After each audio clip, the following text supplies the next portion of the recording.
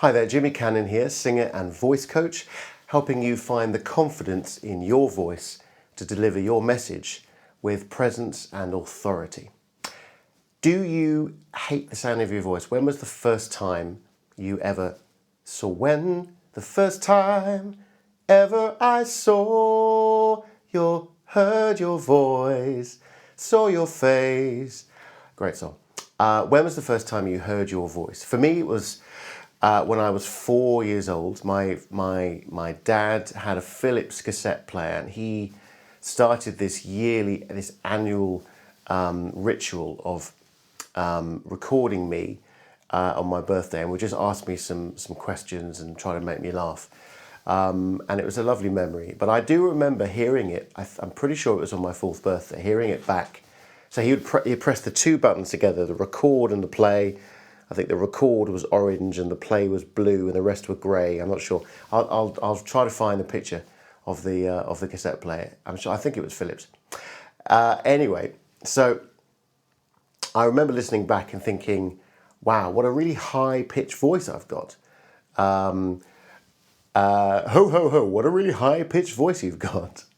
And thinking, I was very posh at that time, and I spoke very much like this. Well, thank you, Father. Thank you very much. Thank you for my birthday present. Yes, thank you. And anyway, so I know that it was a bit of a shock listening back to it, and I know for including myself now, it's still a real shock to listen back to your voice. And that's for various reasons. I think mainly because, well, the main reason that it's a shock is because our perception of what our voice sounds like is very different to other people's perception. So what we hear are acoustic energy bouncing around the cartilage within our body. So we hear sound vibrating. In fact, if you put your fingers in your ears, I'm going to do that now, and what you're mainly hearing is a combination of the reflection in your body, the sound bouncing off the cavities in your body, so the chest, the throat, the nasal area, the mask, the head, even the ribs. Where there's a lot of acoustic space in the body that's what we're hearing. For somebody else, what they're hearing is the sound emitting from you as a source, but it's actually the reflection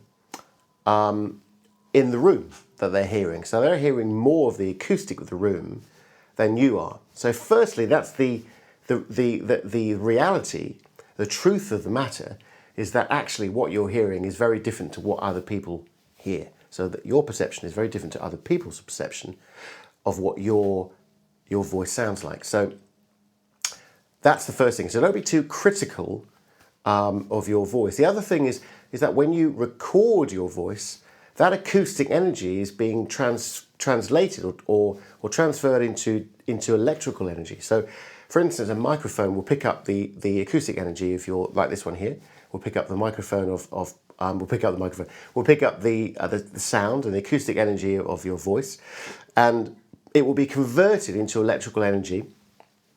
That will invariably go into some type of sort of digital software, depending on what program you use to record your voice, and then that will be converted back into acoustic energy when you listen to it. So either through headphones or speakers, that change. So it depends on the material of the speakers, how good the microphone is, how good the speakers, how good the software is.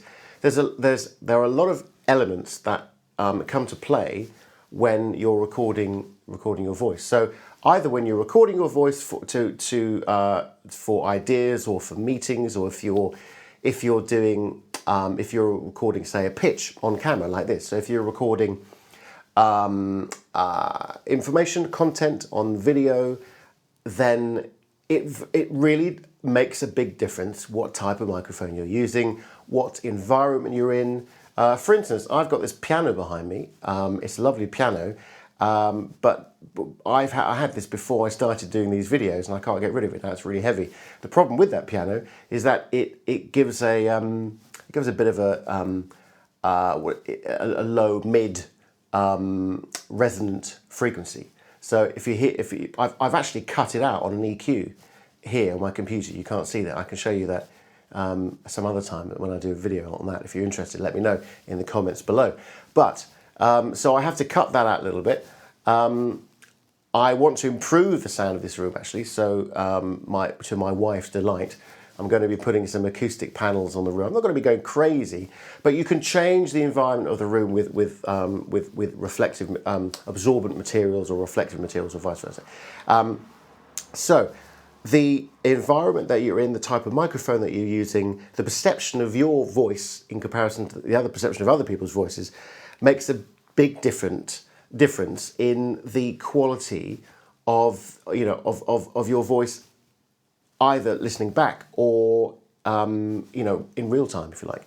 So the answer to that is to desensitize yourself to your voice. So I've been doing this for a long time. I've been teaching, I've been coaching people for voice and singing also myself and performing for over 20 years. So I'm used to the sound of my voice. I know before I started doing a lot of recording in studios for singing, I used to think that I had this very boomy voice. I used to think that my voice actually was like that. Actually, it's quite sort of middly, and I think perhaps I've been, because of my training, I've probably trained it to be a bit more nasal and to cut through the rest of the band, and also when I'm speaking, to cut through the acoustic environment and the audience.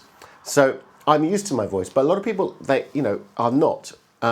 So try to record yourself as often as you can, whether it be on your smartphone, a dictaphone, whether you're able to get the recording, whether you're able to record meetings, ideas. Always record yourself either on video or on audio at conferences or speaking events. If you're speaking at an event, always record it. Try to record it, and that will help you improve your speech for next time. It will help you give you a very good idea of the dynamic of your voice, the tone of your voice, the character of your voice. Don't forget, your voice is the key, the first thing that people hear and obviously not see, but that's the first thing they hear, and that's key to the communication of your brand, your message, your product.